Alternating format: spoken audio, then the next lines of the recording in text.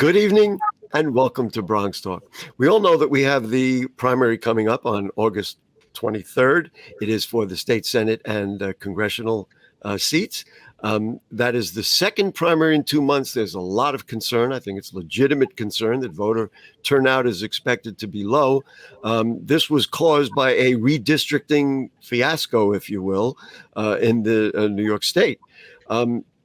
Flying under the radar probably till now is that according to the city charter, city council districts, after the census is offered, have to be redrawn. So right now, as we speak, we are going through a redistricting process for the city council.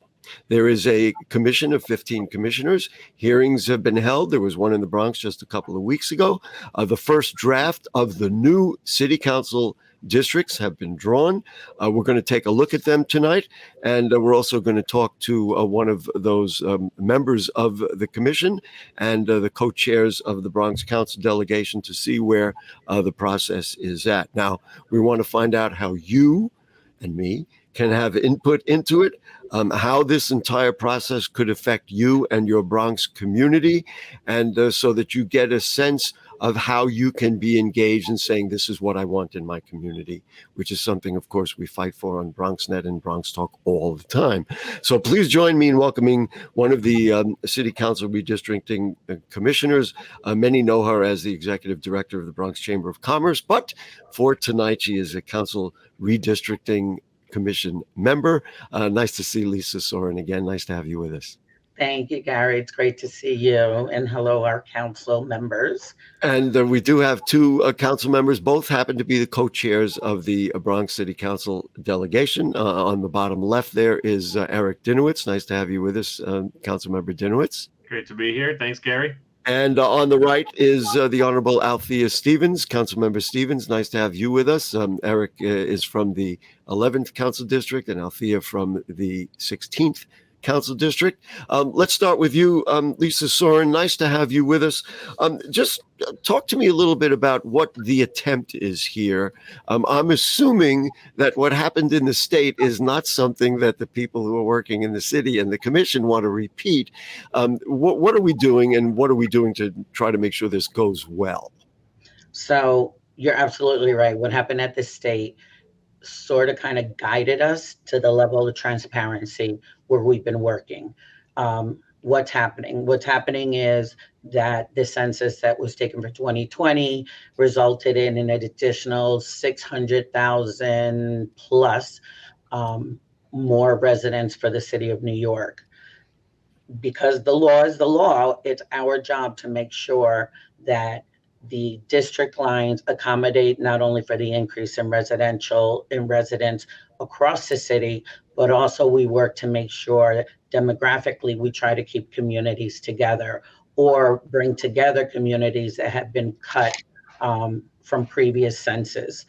And I think what's super important, the process begins with 15 commissioners, and we're on a very strict timeline because we need to get these maps into the hands of our city council for them to have real discussions. But we had a meeting in Manhattan that turned out to be very informative. And so our chairman, Commissioner Wolcott, decided that it was important for us to have preliminary public hearings across all 5 boroughs, which we did. And that helped guide the conversations with the commissioners. We literally did 6 days a week trying to figure out where to set everyone. And let me just put out some of the numbers, which of course you're familiar with. The population grew from approximately 8.2 million to 8.8 million. There was an addition of 630,000 new people into the city. Our democracy says every one of those new people need an opportunity to vote. Each council district will have 172,000 residents. Now, here's where it gets, among the many places that it gets difficult. Hispanics grew by about 154,000 people, Asians by 345,000 people. The Black and white populations have shrunk by 84,000 and 3,000 respectively. So the reason that I bring that up, because of course here in the Bronx, we believe in the rainbow, we believe in equal access. If you start splitting districts, you could take people who have comfortably, let's just say, voted for Councilmember Stevens, and now all of a sudden those people will be in another district, and therefore some of the people of ethnic groups might lose their power or lose their influence. So, Ms. Sorin, what have you done, and what have you been able to do with this first draft to avoid, wherever possible, those kinds of considerations? Well, we took the conversations that came to us, right? And I will say this, we had very little input from our Bronx residents, whether it's because there isn't an understanding on how this will impact. This isn't a decision you make now and you look at it again in 2 years. You're talking, this is a 10-year impact looking forward and being able to one person, one vote. What we try to do is, one, accommodate numbers, moving districts around. Two, the Bronx had many communities, Allerton, Westchester Square, that were split for many years. And with these numbers that we're working with, we are able to join some of these communities, not impacting the demographics, keeping the Hispanics, the Black, Asian communities together as much as possible. Will everybody like what is there? Probably not. Or I want to say that we did a perfect job, which something tells me we did not. But this is where it really comes down to. We can only work with the information that's provided. We're working by law on numbers, transparency, demographics, and community empowerment so that the votes really do count. If there is no feedback or input from Bronx people, then we have to work with what we have. Right. And so we try to work what's in the best interest. There was a lot of pushback in Brooklyn, Manhattan. And then the conversation is, do we split Staten Island? That then will change the lines across the entire city. That's another conversation to be had. Right. So let's just talk about the importance of it. I'm going to put it up right on the screen now. Let's talk about how people can have input, because this is what I know both council members want to talk about. You could submit testimony on the council redistricting maps with that email address, publictestimony@redistricting.nyc.gov. And then the next hearing will be Wednesday, August 17th. They're going to find out where it's going to be, but everybody should circle it on their calendar. I'm wondering, Lisa, when you can give me a one-word answer to this. Is it one of those situations where a good compromise is where nobody's happy? Absolutely. It could very well. It could very well. Best interest of the residents. That's right. Councilmember Dinowitz, the hearing was just a couple of weeks ago. Did you hear anything from Bronx residents that was informative for you in this process, or are you still in a situation where you want to hear more? I've been hearing from my colleagues in the council, of course, the members of the Bronx delegation, and from our constituents. There is a big gap, I think, between what we are hearing on the ground and the maps as they are drawn. And part of that has to do with the participation and the outreach. And if you look online, Lisa mentioned this, you can see the testimony that was submitted. And you look at Queens, it's person after person after person submitted testimony. Same with Brooklyn, Staten Island. Then you get to the Bronx, it's a handful of people submitted testimony. So some of the work Councilmember Stevens and I are doing we're doing education and outreach to our communities. We're doing ones in our own council districts, and we're also going to have a Bronx-wide, virtual Bronx-wide education session so that people know how the districting commission works, what it means. As you mentioned, 10 years, these district lines are going to be good for 10 years. But there's a lot of stumbling blocks, and what we're trying to do is work with the staff at the commission to make sure that they are providing the necessary education tools, and especially here in the Bronx, that means interpretation and translation services. And that has been one of the things we're trying to work through to ensure that the commission is providing those interpretation services. I'm thinking in terms of people who are watching now and saying, "Wow, we watch Bronx Talk a lot, I hope," and they're saying that. I don't know how to view this thing. It's never occurred to me that, maybe a block and a half away is the district line. What should they be? Because, and I understand Bronxites are working there. They've got other things on their minds. We all know what's going on out here. What should they be, or could they be thinking about that would provide input for you and, of course, for Commissioner Sorin, that would make this work better? The commission is tasked with ensuring communities of interest are kept together. And I would ask, residents are telling me what is a community of interest, and they can tell the commission what that is. I'm very grateful to have Lisa on the commission, someone who knows the Bronx, but you also have, there's another Bronxite on the commission. You have 13 other members who maybe don't know the Bronx so well. And what they'll see is a map with lines. But what we see as Councilmember Stevens and I, as council members and our residents, we see people.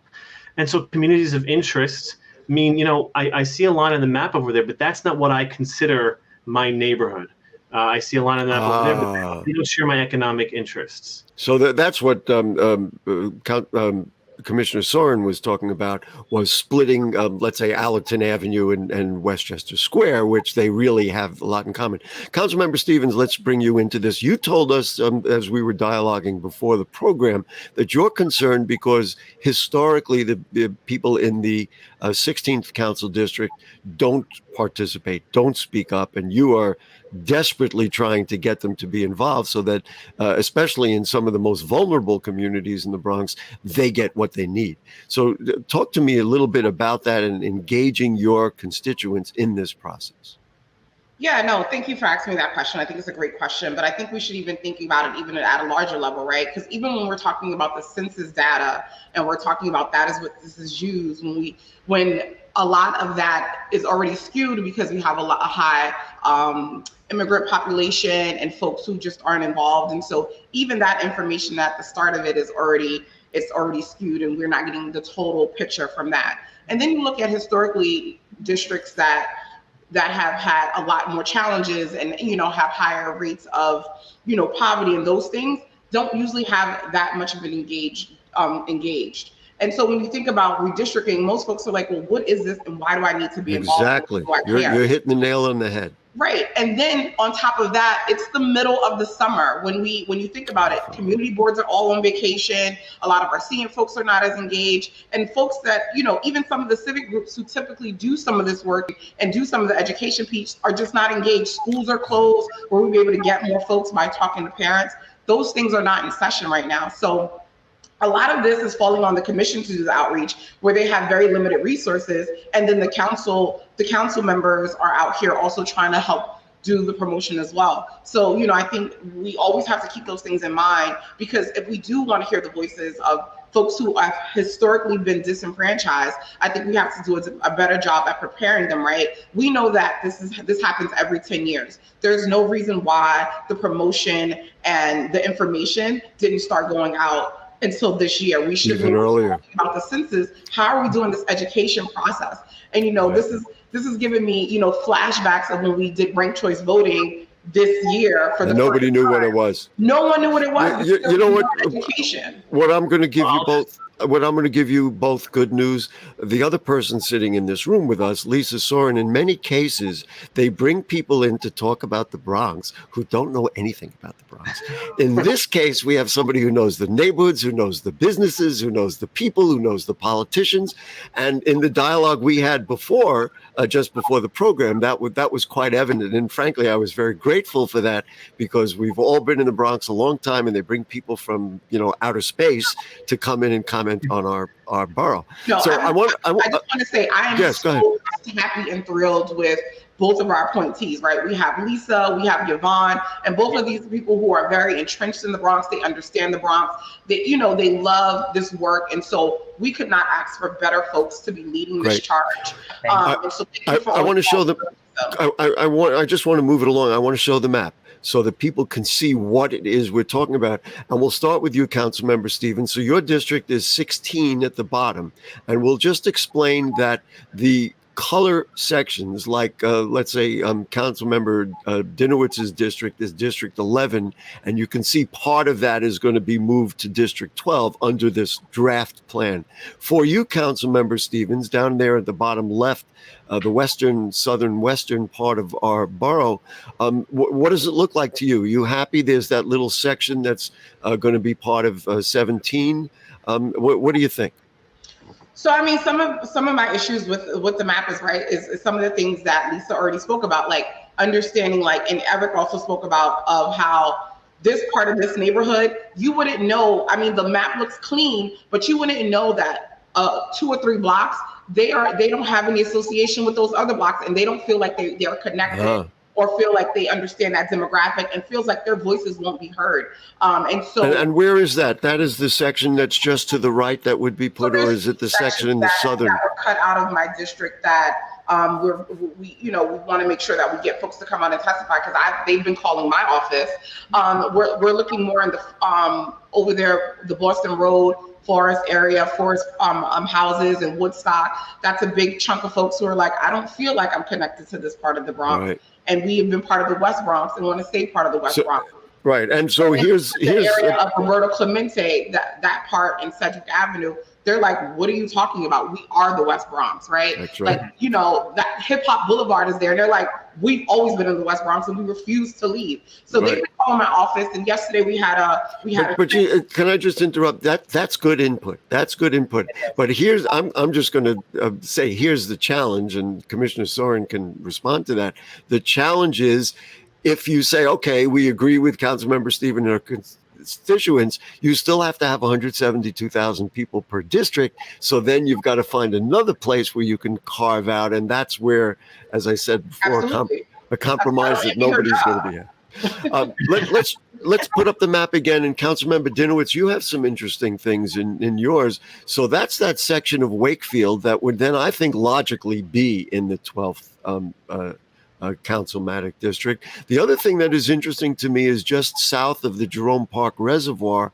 I believe that's the section that includes the Kingsbridge Armory, and that is obviously a major development question. It would move from the 14th, which is currently Councilmember Sanchez's district, and become your district. What do you think of both of those changes? Well, I first want to be clear. I think it's not my district. It's District 11. Fair enough. And so no, yeah, and I want to be clear. This is about what's best for the for the communities. And I think Councilmember Stevens said it very well. Communities don't necessarily feel the way it looks on a map. And I want to just talk about 2 concepts that you may have learned in poli-sci classes: packing and cracking. I never learned that. Maybe I was deficient in the Bronx public schools I went to. You look at Google it, packing and cracking. It's when you talk about gerrymandering. And so there's this goal of having communities of interests together. And we often talk about ethnic communities. But I don't envy Lisa at all, because it's a very tough balance. Because packing, what that means is putting everyone who identifies as the same ethnicity in the same district, thus sort of diluting their power. But also cracking means separating them all into different districts, also diluting the power and the power of that community.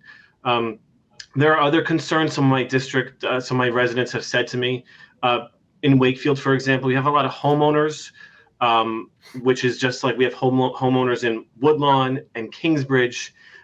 That's a community of interest that is important to them, because they've put their life savings in this neighborhood, in those homes, and they want to make sure that representation is also there. So the residents who've spoken to me about this have a much broader view of what that representation can look like. It's a fascinating concept. Now we have to go back to Commissioner Sorin and say, when you hear this, you've only been at the drawing board for dozens, if not hundreds of hours. Are these things possible to correct? I mean, you and of course everybody worked so hard to come up with this. Are we now going to do more drawing? And then I guess you've got population numbers you got to jiggle.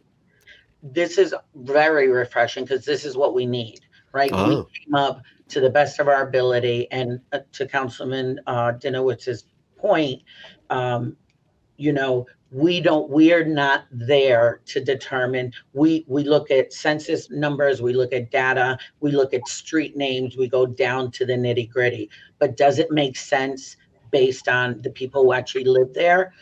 Based on census, yes. Based on the ground, that'll give to Councilwoman Stevens when people don't understand the importance of the census. So because they don't understand, now all of a sudden we're looking at changing all the lines, and you will have residents who say, but I've been part of this community. Unfortunately, a lot of people have not.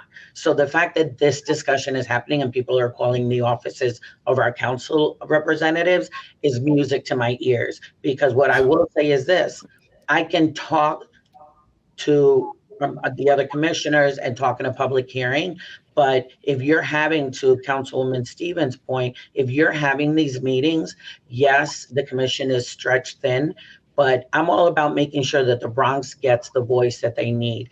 I feel like we've always been shortchanged. And this is all personal, both from as a resident of District 13 and as the chamber.